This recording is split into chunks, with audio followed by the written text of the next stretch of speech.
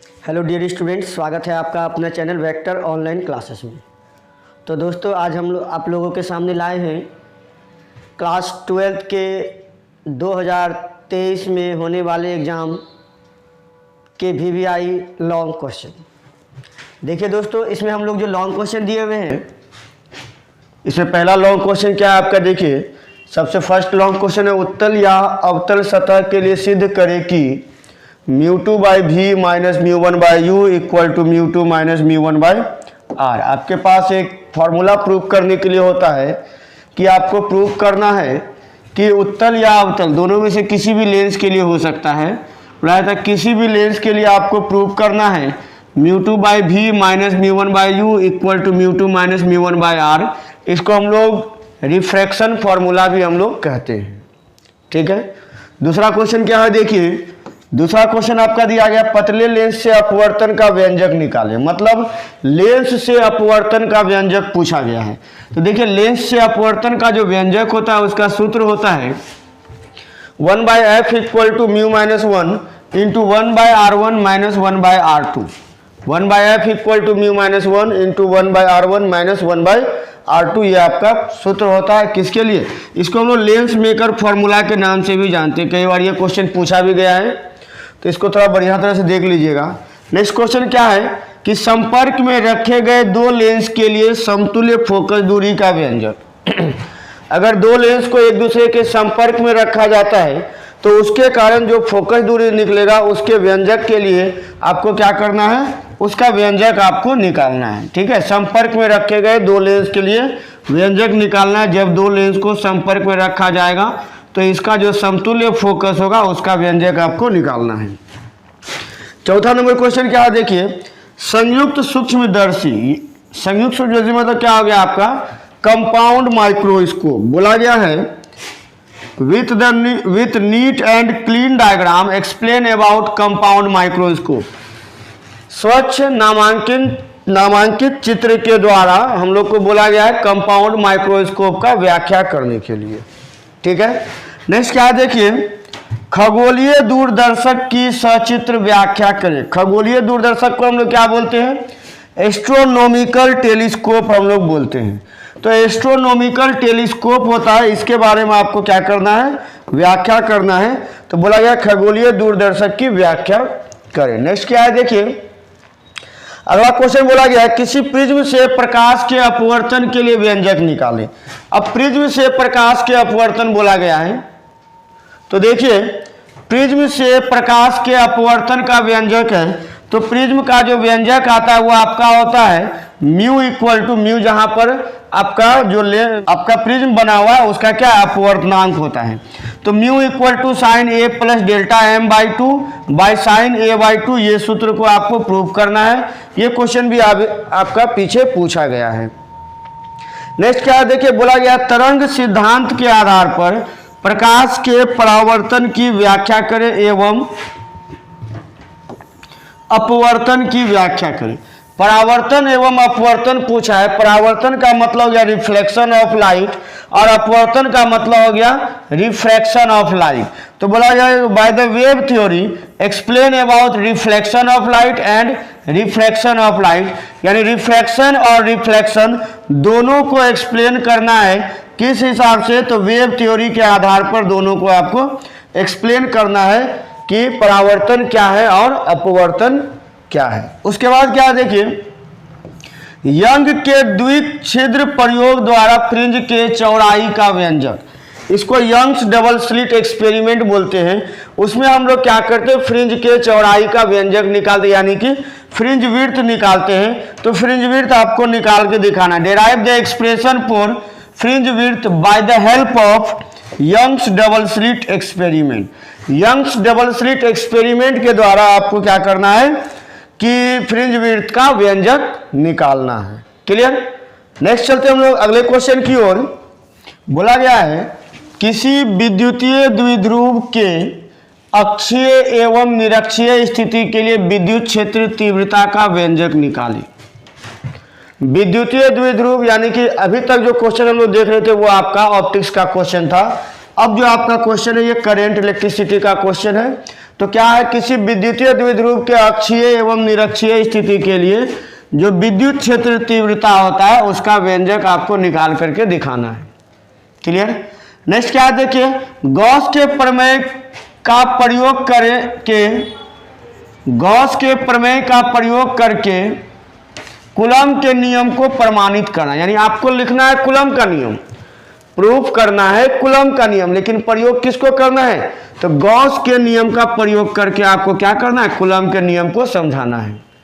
देखिए अगला क्वेश्चन क्या है, विद्युत क्षेत्र में रखे गए विद्युत द्विध्रुव के लिए बल आघूर्ण का व्यंजक निकालना है।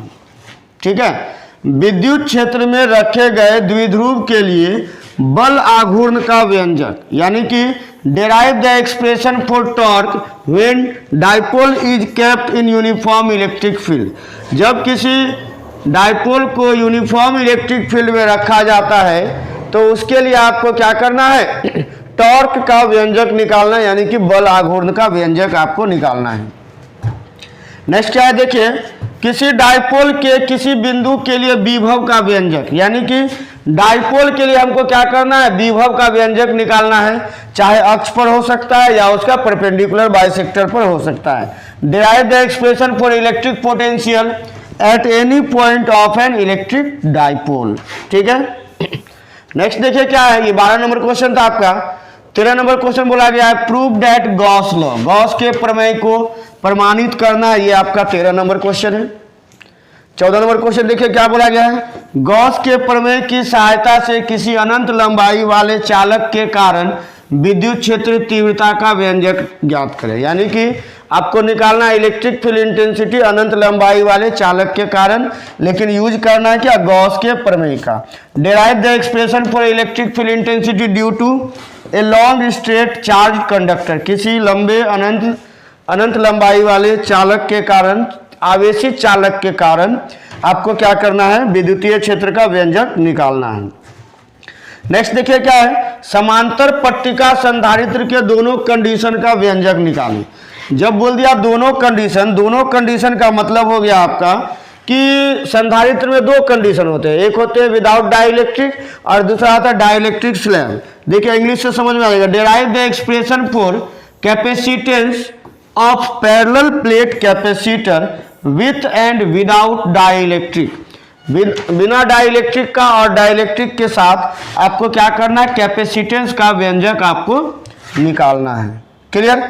नेक्स्ट चलते हैं 16 नंबर क्वेश्चन की ओर। देखिए क्या बोला गया है, किरचॉफ के नियम को लिखे एवं इसकी सहायता से संतुलित व्हीटस्टोन ब्रिज की व्याख्या करें। बोला गया है क्या, किरचॉफ के नियम को लिखना है। क्या है, what is Kirchhoff's law and derive the expression of balance Wheatstone bridge bye the help of Kirchhoff's law. Kirchhoff के नियम को लिखना है और इसकी सहायता से आपको क्या करना है, व्हीटस्टोन ब्रिज जो कि बैलेंस व्हीटस्टोन ब्रिज है उसको क्या करना है, आपको प्रमाणित करना है। नेक्स्ट चलते हैं हम लोग 17 नंबर क्वेश्चन की ओर। तो देखिए 17 नंबर क्वेश्चन क्या बोल रहा है, बायो सावर्ट के नियमों को लिखे एवं इसकी सहायता से किसी धारावाही कुंडली के केंद्र पर चुंबकीय क्षेत्र का व्यंजक निकालें। बोला गया है write down the laws of Biot Savart and with the help of this law derive the expression for magnetic field at centre of any circular coil. बोला गया क्या, बायोट सावर्ट के नियम को लिखना है और इसके सहायता से हमको क्या करना है कि किसी कुंडली के केंद्र पर चुंबकीय क्षेत्र का व्यंजक निकालना है। इसका दूसरा भी होता है क्या, इसके अक्ष पर derive the expression for magnetic field at the axis of any current carrying circular loop, किसी सर्कुलर लूप के अक्ष पर चुंबकीय क्षेत्र, किसी वृत्ताकार धारावाही कुंडली के अक्ष के किसी बिंदु के लिए चुंबकीय क्षेत्र का व्यंजक निकालें। ये आपका क्वेश्चन है 18 नंबर क्वेश्चन। 19 नंबर क्वेश्चन देखिए क्या बोला है, किसी क्षण चुंबक के अक्षीय एवं निरक्षीय स्थिति के लिए चुंबकीय क्षेत्र का व्यंजक। कोई क्षण चुंबक अगर आपके पास में है तो उसका दो स्थिति होगा, अक्षीय स्थिति, निरक्षीय स्थिति, और एक और होता है किसी भी बिंदु के। लेकिन यहाँ हम दो क्वेश्चन दिए हुए हैं, एक दिया अक्षीय स्थिति के लिए, दूसरा दिया हम लोग निरक्षीय स्थिति के लिए। चुंबकीय क्षेत्र का जो व्यंजक होगा वो आपको निकाल के दिखाना है। Derive the expression for magnetic field at the axis and at perpendicular bisector of an magnetic dipole. किसी मैग्नेटिक डायपोल के एक्सिस और परपेंडिकुलर बाइसेक्टर के लिए आपको क्या करना है, इलेक्ट्रिक फील्ड, मैग्नेटिक फील्ड का व्यंजक आपको निकालना है।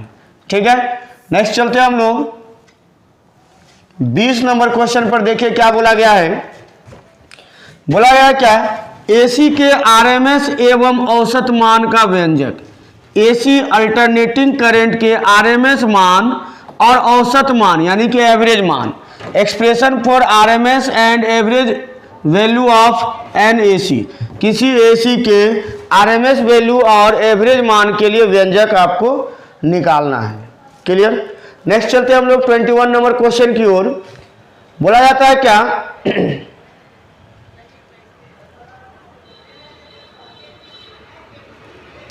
derive the expression for heat when current is flowing through any conductor and also find out the expression for power। मतलब यहां क्वेश्चन दिया गया है कि विद्युत शक्ति का व्यंजक निकालना है और साथ में है क्या, किसी चालक में विद्युत प्रवाह के कारण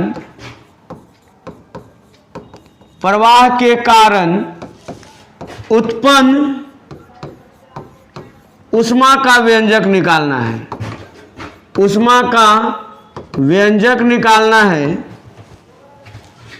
व्यंजक एवं विद्युत शक्ति का व्यंजक। दो क्वेश्चन हो गया, एक तो ऊष्मा का व्यंजक हो जाएगा, दूसरा क्या हो जाएगा, विद्युत शक्ति का व्यंजक होगा। ये दोनों क्वेश्चन को आपको निकालना है। देखिए इस क्वेश्चन को कई बार पूछा गया है, लौह चुंबकीय, अनुचुंबकीय एवं पारामैग्नेटिक। लौह चुंबकीय, प्रतिचुंबकीय और अनुचुंबकीय तीनों में अंतर। आपके पास डिफरेंशिएट, डायमैग्नेटिक, फेरोमैग्नेटिक एंड पारामैग्नेटिक, इस तीनों में अंतर आपसे कई बार पूछा गया, जो कि काफ़ी इंपॉर्टेंट होता है। लेकिन लैंग्वेज क्वेश्चन होने की वजह से हम लोग इसको इग्नोर करते हैं। लेकिन ध्यान में रखना है इस क्वेश्चन को। अगर मान लीजिए कि अगर क्वेश्चन कोई डेरिवेशन अगर आपको नहीं पकड़ा रहा है तो आप इस क्वेश्चन का जवाब दे सकते हैं। अच्छा क्वेश्चन है आपके लिए। नेक्स्ट क्या है, देखिए आपका मॉडर्न फिजिक्स से कुछ क्वेश्चन है। प्रकाश विद्युत प्रभाव की व्याख्या करें एवं आइंस्टीन के प्रकाश विद्युत समीकरण को लिखें। आइंस्टीन का प्रकाश विद्युत समीकरण होता है, उसके बारे में समझाना है आपको। और बोला जाए प्रकाश विद्युत प्रभाव के बारे में आपको समझाना है। तो प्रकाश विद्युत प्रभाव में क्या हो जाएगा आपका, explain about photo electric effect and derive the expression for photo electric effect. इसका इक्वेशन निकालना आइंस्टीन के लिए। ठीक है, नेक्स्ट देखिए 24 नंबर क्वेश्चन क्या है। P type N type semiconductor के बारे में कई बार पूछा गया, तो आपको ध्यान रखना है P type N type semiconductor क्या है, इसके बारे में समझाना है। और पीएन जंक्शन डायोड, इसको जब पी टाइप एन टाइप मिलाते हैं एक डायोड फॉर्म होता है, जिसको हम लोग क्या बोलते हैं, पीएन जंक्शन डायोड बोलते हैं। तो पीएन जंक्शन डायोड के बारे में आपको समझाना है। पीएन जंक्शन डायोड क्या है, इसके क्रियाविधि को समझाना है। ठीक है, नेक्स्ट आपका देखिए 25 नंबर क्वेश्चन क्या है, explain about deviation without dispersion, यानी कि विक्षेपण रहित विचलन का व्यंजक निकालना है। ये क्वेश्चन आपका ऑप्टिक्स से है। विक्षेपण रहित विचलन के लिए व्यंजक होता है, वो व्यंजक आपको निकाल के दिखाना है। तो यहाँ तक काफ़ी इंपॉर्टेंट है। अब 26 नंबर क्वेश्चन जो कि पिछले बार आ चुका है, लेकिन फिर भी ये 19 में भी आया है आपका और 22 में भी आया है, तो कुछ भी कहना मुश्किल है, मैं भी दे सकता है। तो ट्रांसफार्मर को एक बार आप लोग देख लीजिएगा। और लास्ट में आपका कम्युनिकेशन सिस्टम, जो कम्युनिकेशन सिस्टम होता है उसके कौन कौन से भाग हैं, इसको भी आपको देखना है। अगर लॉन्ग क्वेश्चन नहीं तो शॉर्ट क्वेश्चन 100% यहाँ से टकराएगा ही टकराएगा। ठीक है, इस तरह से आपके पास कुछ लॉन्ग क्वेश्चन हो जाते हैं। अगर आप इतना लॉन्ग क्वेश्चन कर लेते तो उम्मीद है कि एक भी लॉन्ग क्वेश्चन बाहर नहीं जाएगा, और साथ ही इससे आपके कुछ न कुछ शॉर्ट क्वेश्चन भी निकल करके आएंगे जो आपका एग्जाम में हो जाएगा। ठीक है, तो उम्मीद करते हैं कि वीडियो आपको पसंद आया होगा। तो इसी के साथ हम लोग मिलते हैं अगले वीडियो में, जिसमें हम लोग कुछ ऑब्जेक्टिव और कुछ शॉर्ट क्वेश्चन लेकर के आएंगे। तब तक के लिए शुभ रात्रि।